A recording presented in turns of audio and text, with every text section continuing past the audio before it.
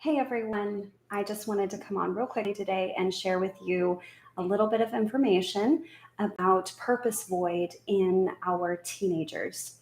Um, so this morning I was working with a client, and one of the themes that kept coming up was just this huge void when it came to knowing and feeling purposeful in life. And there was just this big theme of hopelessness. And as a parent of a teenager, I found that that was very true in some of the struggles that my husband and I had faced in the last few years in working with our teenager. It's no secret, I'm a mom of three boys.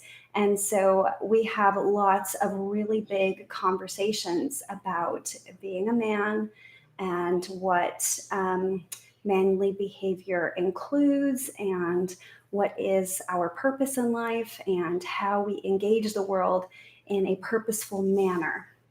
And I have found that those conversations are a critical part of my kids' development. One of the things that I don't think parents are always aware of is that your brain actually hits critical development points based on your age. And at around 7 years old, your brain comes up with the ideas of permanency. And what that means is like things that are gone forever. Things that are lost, they kind of have this permanent placement in your mind. And it's a critical part of development because it helps kids really establish what they can fundamentally believe in, right? What they can fundamentally hold on to. Also, around 7 is when your personality kind of forms and you kind of get set in who you believe you are. And that all has to do with that stage of brain development. I don't know if you can hear, but my boys are going on in the other room. So, um, to me, this is a very important part of development in a young boy's life, because this is the idea of when he starts forming his beliefs about the world, his beliefs about what love is, what you know his future might entail. He could start beginning to understand some certain basic truths. And this is also about the time that hopelessness can creep in. Boys have a natural tendency to want to fix things, to want to be purposeful, to want to make things better, and to improve upon things. They love challenges, and at least my boys do. And sometimes motivating boys can be difficult because they aren't as communicative, or they might experience the world differently. And so for me, one of the things that I've noticed is that by having conversations about these kinds of critical beliefs at a very young age is important. It really helps them make those determining decisions on their core values. Around 12 is when the brain starts engaging in abstract thinking. And those are those really big ideas, those really big, imaginative, thinking outside the box, really looking at things differently, engaging the world from a different perspective. That's why they introduce algebra at that point. And and that comes in because their brain is really able to start developing in that frontal cortex area, those really big thoughts, and they're able to access that part of their brain. This is why I think video games are so stimulating, especially, and they're able to kind of live in that very far big world. So what that means is that by allowing these really big, far off thoughts to start growing in your child, you might notice that they are a little abstract, a little distant. They might not be able to connect physically and emotionally in every scenario. I think sometimes that we look at boys and we coin them as, oh, they're spacing out, or they're, not fully engaged, or they're not paying attention, or they're not listening or hearing me. And we can become really frustrated with boys because that part of their brain is so busy growing, and they're really busy thinking those big thoughts that they can't always access that information and pull it down and really apply it to everyday scenarios. And so there's some things I've heard some parents describe their kids as, well, they were really slow at grasping, this one concept until it clicked. And then once it clicked, then they had it.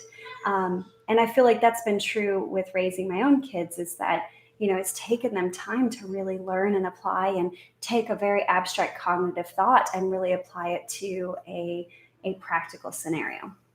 So how does all of this tie into purpose, and how can we help our children as early as 7 years old not give into hopelessness, not give into those feelings of despair and those feelings of a lack and a void of purpose? As I said a minute ago, boys like to fix things. My husband's one of those where, you come in with a problem and he's got lots of ideas about how to fix it. And for girls, they don't always want to fix things, they just want to feel better. But with boys, they're drawn to wanting to make things better, and by certain things they can do, or allowing them to feel that they have some autonomy and control over a situation to improve the situation. And I find that this is very important to empower our young men, our young boys, our preteens, and our teenagers to actively engage by giving them opportunities to apply their cognitive thinking strategies to situations. Now, how would this look practically?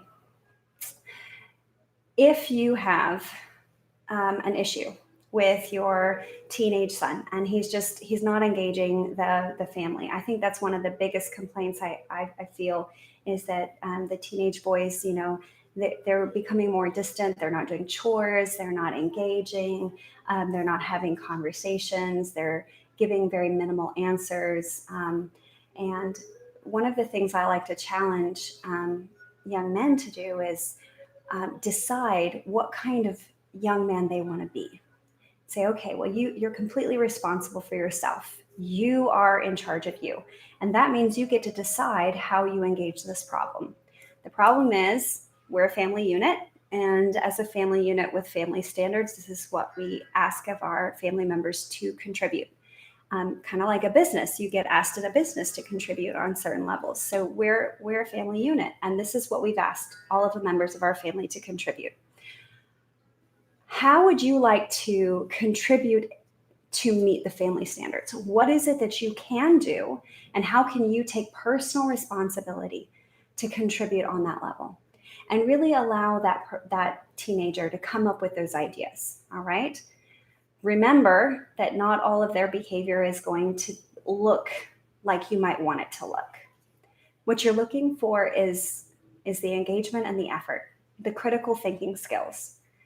Really challenge them to think about their situation and say, what can you do in order to meet family standards that would be acceptable and meaningful for you to contribute to?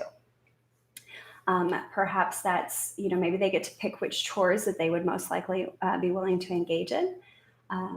Maybe that they would have a clear structure. I know one of the things that I find myself doing is just going by the whims of the moment when it came to requirements for my kids of, well, now we have to do this, so I really need you to do this. And it counteracts with their plan that they had in their mind of what they wanted to do in that time.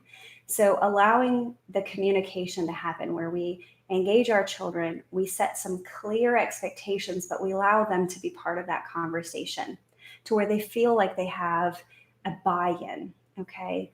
You've set out that you're willing to do these chores, or you're willing to contribute in these ways. This does or does not meet the family standards. This is how we can work together to bring that up, and really allow that child to engage you in what they consider to be meaningful contribution. So I think it's very important that we have these conversations with our young men. Also, one of the things that I find extremely helpful for young men to start as early as 7 years old is to talk about purpose. Talk about having a purpose and what that looks like. talking about how every person has an ability to give back into the world. These are excellent dinner time conversations. These are excellent movie topics. These are wonderful ways to really engage a child's ability to think and relate to the world by giving them a sense of they matter and the things that they do matter and whether they contribute or not matters, and really allow them to experience that conversation. One of my friends has suggested that children contribute in volunteerism, and I find that to be a wonderful example of showing children how small, meaningful behaviors matter. All right. My last tip for this conversation, for this topic, is that you model purpose in your own life. I think that there's so many family members, there's so many parents out there that feel like their behavior doesn't matter. It doesn't matter how hard they work at their job, they still don't have enough money. It doesn't matter how much that they do in their relationships still leave them short. They have all of these residual feelings of hopelessness in their own life, and that feeling of hopelessness is then transferred onto the children. So if you find yourself that you're really wanting to inspire your child, but you yourself are struggling with feelings of hopelessness, feelings of despair, and feelings of anxiety, then I want to challenge you. The best teacher for children is modeled behavior. I challenge you now to find one thing that you can truly affect change, one way that you can truly affect change in your own life. Put it to a test and really begin doing that one meaningful thing to reestablish and reinvigorate hope in your life. Hope is just a bonfire, but just like a bonfire, it starts with only an ember. You really only need one spark of a good, thoughtful, meaningful behavior to take responsibility for in order to begin and ignite an entire bonfire of hope in your heart. So my challenge for you is, if you're wanting to really show your children how big and purposeful their life is and how much they matter, begin modeling that in your own life. Have these conversations of what purpose is and what purpose means and how we can apply purpose in our lives.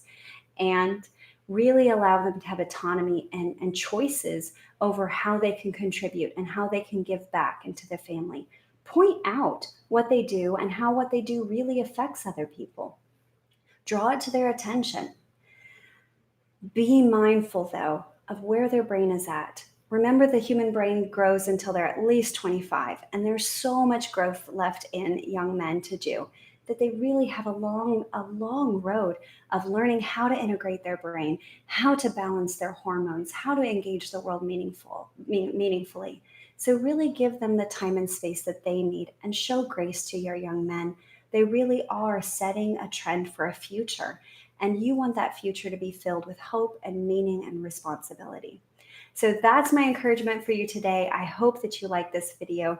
If you did, please comment below, subscribe to my channel. I'll be trying to go live as much as possible throughout the week in order to share with you guys just some meaningful, wonderful tips of how to apply mental health strategies to you and your family. And if you have any specific requests of information you'd like me to cover, please send that to me in a private message. You can follow me on Facebook, Instagram, and LinkedIn, and you can also access my website at taranichols.com. Thank you so much, and have good mental health.